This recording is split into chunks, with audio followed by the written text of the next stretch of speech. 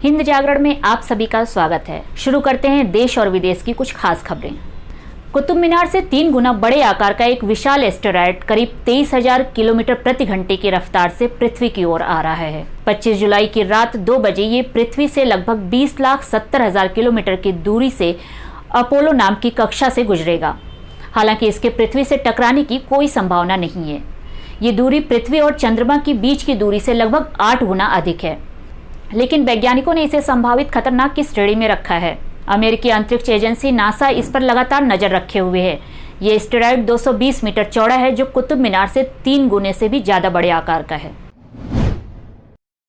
भारत और श्रीलंका के बीच कोलंबो के आर प्रेमदासा स्टेडियम में 3 मैचों की वनडे सीरीज का दूसरा मुकाबला कल खेला गया। श्रीलंका ने भारत के सामने 276 रनों का लक्ष्य रखा था। जवाब में भारत ने 49.1 ओवर में 7 विकेट खोकर जीत का लक्ष्य हासिल कर लिया। दीपक चाहर ने शानदार अर्धशतक जमाकर टीम को जीत तक पहुंचाया। 193 रन पर भारत ने 7 विकेट गंवा दिए थे। चाहर और भुवनेश्वर कुमार ने नाबाद 84 रन की साझेदारी कर टीम को जीत दिलाई। 3 मैचों की सीरीज में भारत ने 2-0 से अजय बढ़त बनाकर इसे अपने नाम कर लिया। आईसीएमआर के डीजी डॉक्टर बलराम भार्गव ने कहा कि हम स्पष्ट रूप से जानते हैं कि बच्चे वयस्कों की तुलना में वायरल संक्रमण को बेहतर तरीके से संभाल सकते हैं।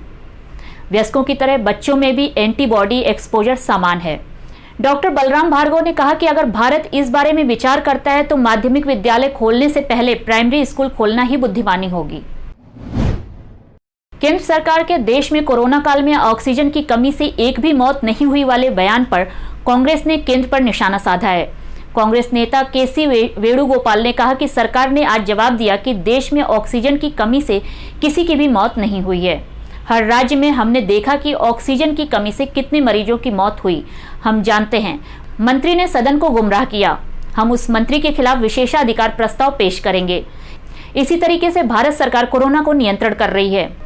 मंगलवार को राज्यसभा में केंद्रीय स्वास्थ्य मंत्री की ओर से बयान जारी करते हुए कहा गया कि देश में ऑक्सीजन की कमी से कोई मौत नहीं हुई है। इसके अलावा केंद्रीय स्वास्थ्य मंत्रालय ने कहा कि स्वास्थ्य राज्य सरकार का विषय है। स्वास्थ्य मंत्रालय ने कहा कि किसी भी राज्य या फिर केंद्र शासित प्रदेश ने ये नहीं बताया कि कोई भी मौत ऑक्सीजन की कमी से हुई है। पश्चिमी देशों में कोविड महामारी के डेल्टा वेरिएंट के बढ़ते मामलों के कारण अंतर्राष्ट्रीय बाजारों में कच्चे तेल की कीमत 7% घट गई है, जो मंगलवार तक स्थिर हो गई। कच्चे तेल के दाम के नीचे गिरने का एक और कारण था रविवार को तेल पैदा करने वाले देशों के संगठन ओपेक और ओपेक प्लस कहे जाने वाले देशों के बीच तेल के उत्पादन को बढ़ाने पर हुआ समझौता। पिछले सप्ताह तेल उत्पादन के कोटे को लेकर दुनिया के सबसे बड़े तेल उत्पादक देशों संयुक्त अरब अमीरात और सऊदी अरब के बीच हुए मनमुटाव ने दोनों देशों के बीच बातचीत को लटका दिया था। लेकिन रविवार को ये विवाद खत्म हुआ और एक बयान में ओपेक कार्टेल ने घोषणा की कि इराक, कुवैत, रूस, सऊदी अरब और संयुक्त अरब अमीरात उत्पादन बढ़ाएंगे।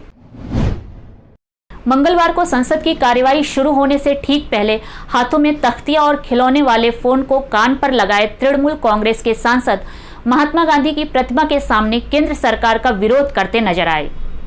ये विरोध कथित पेगासस जासूसी कांड के खिलाफ था, जिसमें देश के चर्चित लोगों, नेता, मंत्री, पत्रकार, संवैधानिक पदों में बैठे लोगों के नाम शामिल हैं। पेगासस जासूसी कांड में सरकार के जवाब से असंतुष्ट सांसद प्रधानमंत्री मोदी से जवाब की मांग कर रहे थे। सोमवार की तरह ही संसद के मानसून सत्र का दूसरा दिन भी हंगामेदार रहा। कोरोना काल में 15 महीनों के अवकाश के बाद 15 जुलाई से महाराष्ट्र, गुजरात, बिहार, हरियाणा, हिमाचल प्रदेश में कोरोना प्रोटोकॉल को ध्यान में रखते हुए कड़े नियमों के साथ स्कूलों को खोल दिया गया है। इसके अलावा छत्तीसगढ़, झारखंड, उत्तराखंड, तमिलनाडु, नागालैंड, अरुणाचल प्रदेश, असम, पश्चिम बंगाल, पुडुचेरी में अभी फिलहाल स्कूलों को बंद रखा जा रहा है। कर्नाटक में मेडिकल व डेंटल कॉलेज को खोल दिया गया है। छत्तीसगढ़ की राजधानी रायपुर के जिला अस्पताल में पिछली रात 8 बजे के बाद बच्चों की मौत का मामला सामने आया, जिसके लिए परिजनों ने जमकर हंगामा करते हुए डॉक्टरों पर लापरवाही का आरोप लगाया है। परिजनों का आरोप है कि बच्चों के स्वास्थ्य में गिरावट आने पर उन्हें ऑक्सीजन लगाए बिना दूसरे अस्पतालों में रेफर किया जा रहा था।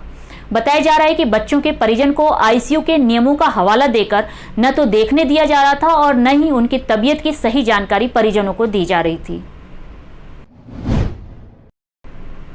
राजस्थान के बीकानेर में भूकंप के तेज झटके महसूस किए गए, जिनकी तीव्रता 5.3 रिएक्टर स्केल मापी गई। इसके साथ ही लद्दाख और मेघालय में भी भूकंप के हल्के झटके महसूस किए गए। फिल्म अभिनेता अक्षय कुमार एक बार फिर से ओह माय गॉड 2 में भगवान के किरदार में नजर आने वाले हैं, लेकिन इस बार उनके साथ परेश रावल नहीं बल्कि पंकज त्रिपाठी सामने नजर आएंगे। इसके अलावा फिल्म डायरेक्टर भी बदल गए हैं। ओह माय गॉड 1 के डायरेक्टर उमेश शुक्ला थे, जबकि oh my God 2 Amit Roy direct करेंगे। आज के लिए बस इतना ही। कुछ नए समाचारों के साथ फिर मिलेंगे, तब तक के लिए नमस्कार।